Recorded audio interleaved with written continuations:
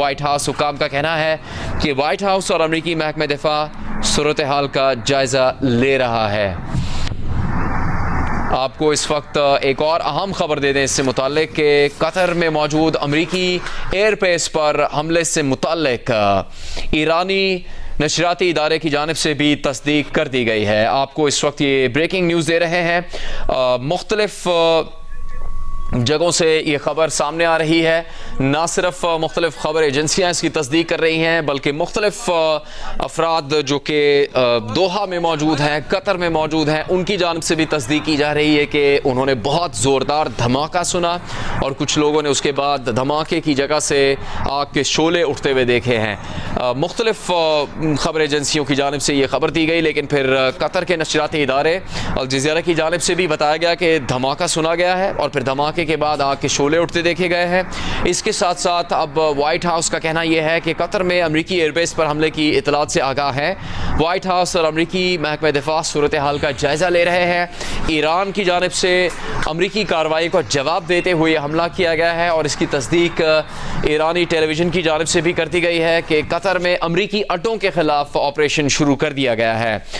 امریکہ کے ایران پر حملوں کے بعد یہ جوابی کارروائی سامنے آ رہی ہے، جس سے متعلق اس وقت تازہ ترین اطلاعات یہ ہیں کہ وائٹ ہاؤس نے بھی اس بات کی تصدیق کر دی ہے کہ وائٹ ہاؤس اور امریکی محکمہ دفاع قطر میں امریکی ایئر بیس پر حملے کی اطلاعات سے آگاہ ہیں اور وائٹ ہاؤس اور امریکی محکمہ دفاع اس صورتحال کا جائزہ لے رہے ہیں۔ قطر میں موجود امریکی اڈہ العدید ایئر بیس مشرق وسطیٰ میں امریکی افواج کا سب سے بڑا فوجی اڈہ ہے، جو کہ پچھلے برسوں میں ہونے والے فوجی تنازع میں ہمیشہ زیر بحث رہا ہے۔ افغانستان اور عراق میں ہونے والی جنگ کے دوران بھی اس ایئر بیس کا تذکرہ ہوتا رہا ہے۔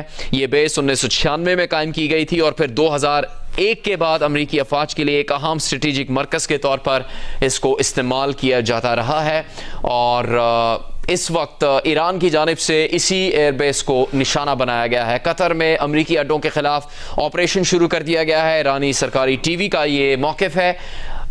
قطر کے نشریاتی ادارے کی جانب سے بھی اس کی تصدیق کی گئی۔ اس کے علاوہ بین الاقوامی خبر ایجنسی کی جانب سے اور پھر اسرائیلی حکام کا موقف بھی سامنے آیا، جن کی جانب سے کہا گیا کہ ایران نے 6 میزائل داغے ہیں اور ان میزائلوں کا نشانہ قطر میں موجود امریکی بیسز ہیں اور یہ بیسز امریکہ کی اہم ترین بیسز میں شمار ہوتی ہے۔ اس بیس کو ایران کی جانب سے اپنی کارروائی میں نشانہ بنایا گیا ہے۔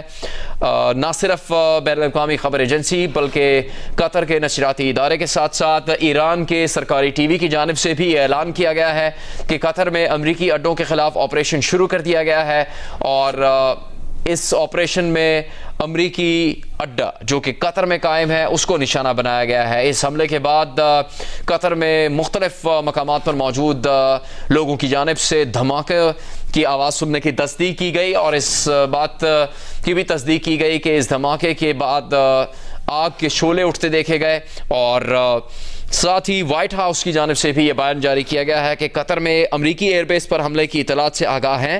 وائٹ ہاؤس اور امریکی محکمہ دفاع صورتحال کا جائزہ لے رہے ہیں۔ وائٹ ہاؤس حکام کی جانب سے اس کی تصدیق کی جا رہی ہے۔ ایرانی سرکاری ٹی وی کی جانب سے یہ اعلان کیا گیا ہے کہ قطر میں امریکی اڈوں کے خلاف آپریشن شروع کر دیا گیا ہے۔